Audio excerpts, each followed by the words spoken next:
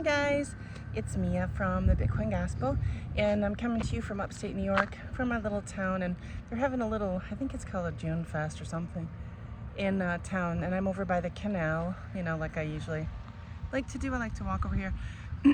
Anyway, over there's usually just a little swing set and stuff. They have it all tricked out with all kinds of stuff.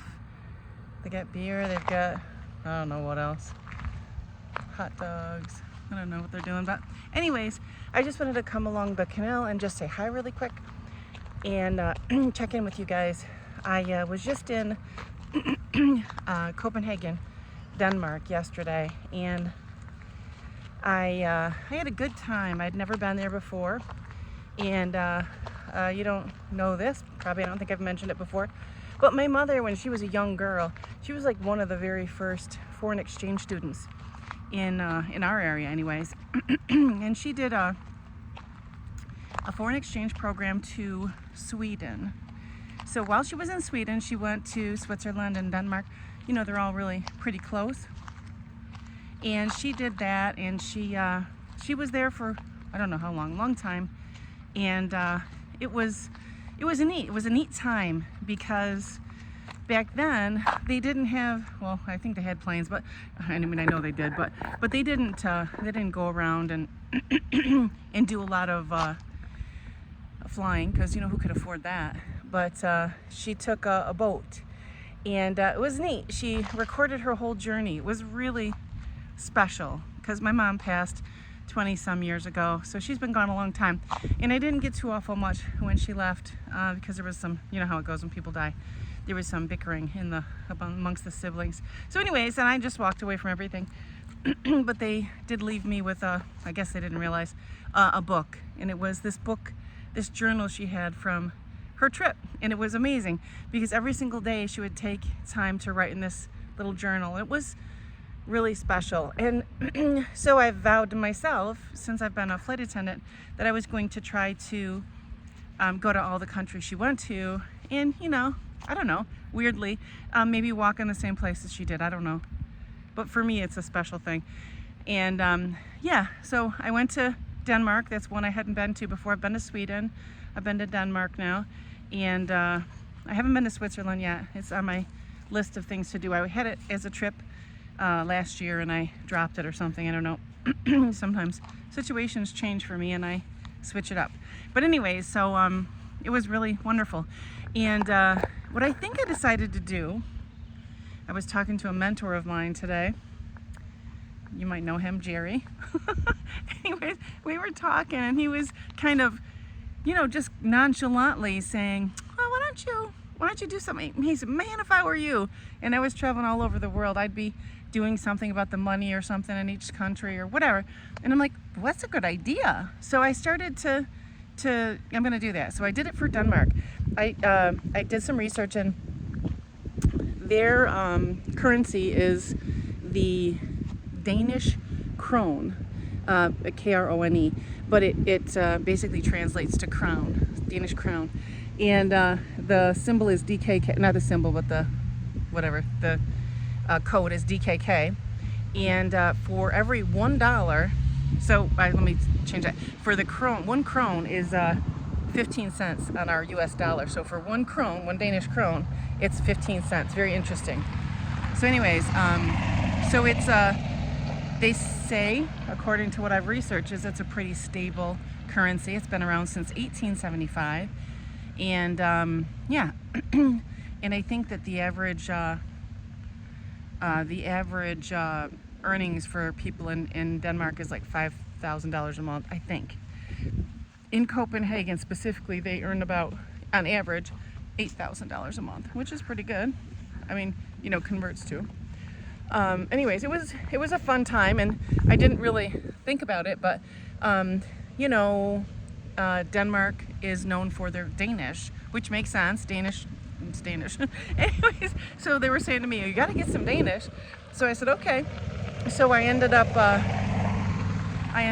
getting some Danish for my son, and of course I had to try some. I know I'm trying to be good. I'm really trying. I'm really not trying, I guess. But anyways, I had an espresso croissant when I was there. It was delicious. It was so, you wouldn't think it'd be good, but it was delish. And then I had a part of I think an almond pastry. Anyway, look at those little ducks. You probably can't see them, but anyways, they're over there. Anyway, so I had a good time, and I learned a little bit about the currency over there, the Danish Krone, and for every $1 you get, or for every one Danish Krone you get 15 cents. I did do a little purchasing of things over there, and the price for Bitcoin over there was, I think, around the same currency as ours. I did the little conversion. It was kind of interesting. But so yeah, so that's what I'm gonna do. I think I'm going to make it a point to check out the currency in the countries, do a little research on the currencies, and kind of take a look at how the American USD compares. I also was doing a little research, and it said that 2 of the BRICS nations are backing away from the US dollar, which we all knew was, you know, it's been kind of happening. People are getting away from the US dollar as a form of currency. And it did mention in the article that Bitcoin has become a worldwide currency. It was pretty interesting. Anyways, I think what I'm going to do, I'm going to attach a couple of the pictures that I have from Denmark in the in my underneath my video when I post it. I've been kind of not making videos because I'm not really good at thumbnails and all the little pictures. Everybody's so good at that, and I don't devote that much time to that, and I have a lot of stuff going, and my son is, he needs me. So I've been really kind of dedicating my time to my son and things, and working, and but I'm going to not make that an excuse for myself, and I'm just going to get to it, and I'm going to do what I can do. And what I'll do, if I do make videos, I'll try to attach them in a comment below, so that I don't have to like mash up videos and spend time editing videos, because it's a lot of work. To all of you YouTubers that do that, God bless you. I think that's amazing. But I don't have a lot of time for it. So I'm going to do what I can do, and I'm just going to be more consistent about it. Yeah, so that's my story. So that's what I'm going to do as I go to different countries, because in the summertime I do a lot of different internationals. So I'm going to do that. I want to ask you guys a question too, just a personal opinion. So I am graying. I'm a 60-year-old woman, right?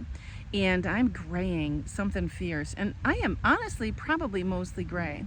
So I was thinking that I might. My son was even saying, "Mom, why do you have to dye your hair all the time?"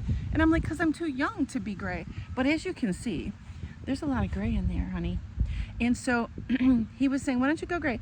And I said, "It might be pretty, I think it could be pretty. It's really, really like white. Oh, and look at me. I've got poison ivy literally everywhere.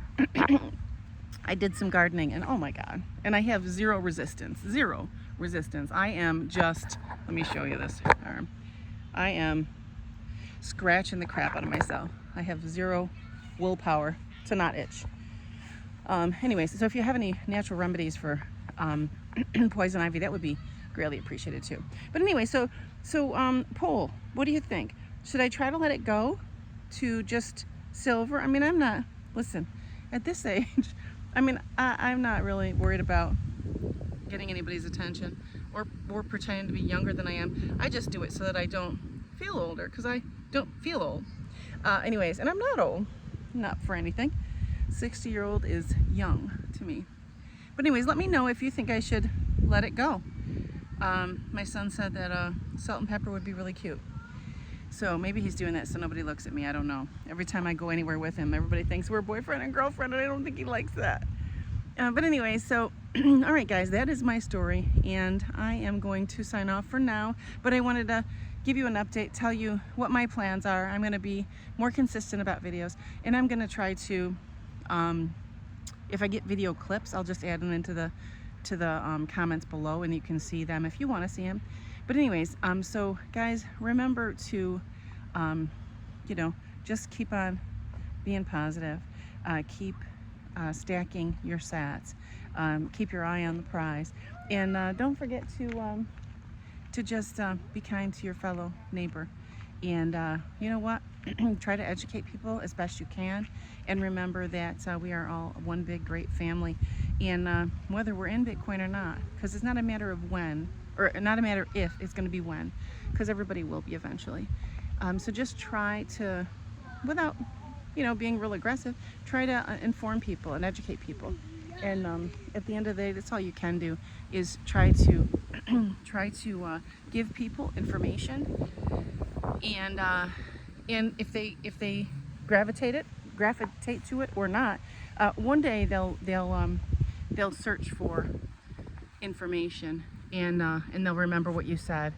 And I think it's important to just try to be a beacon for people, whether it be for God or Bitcoin or both. But just spread the gospel, aka the gospel of Christ, and the gospel of the good news about our money. It is broken, but Bitcoin isn't, and we can change the world one person at a time. And just keep on stacking, guys. Take care. Love you guys. God bless you, and have a wonderful day. Take care.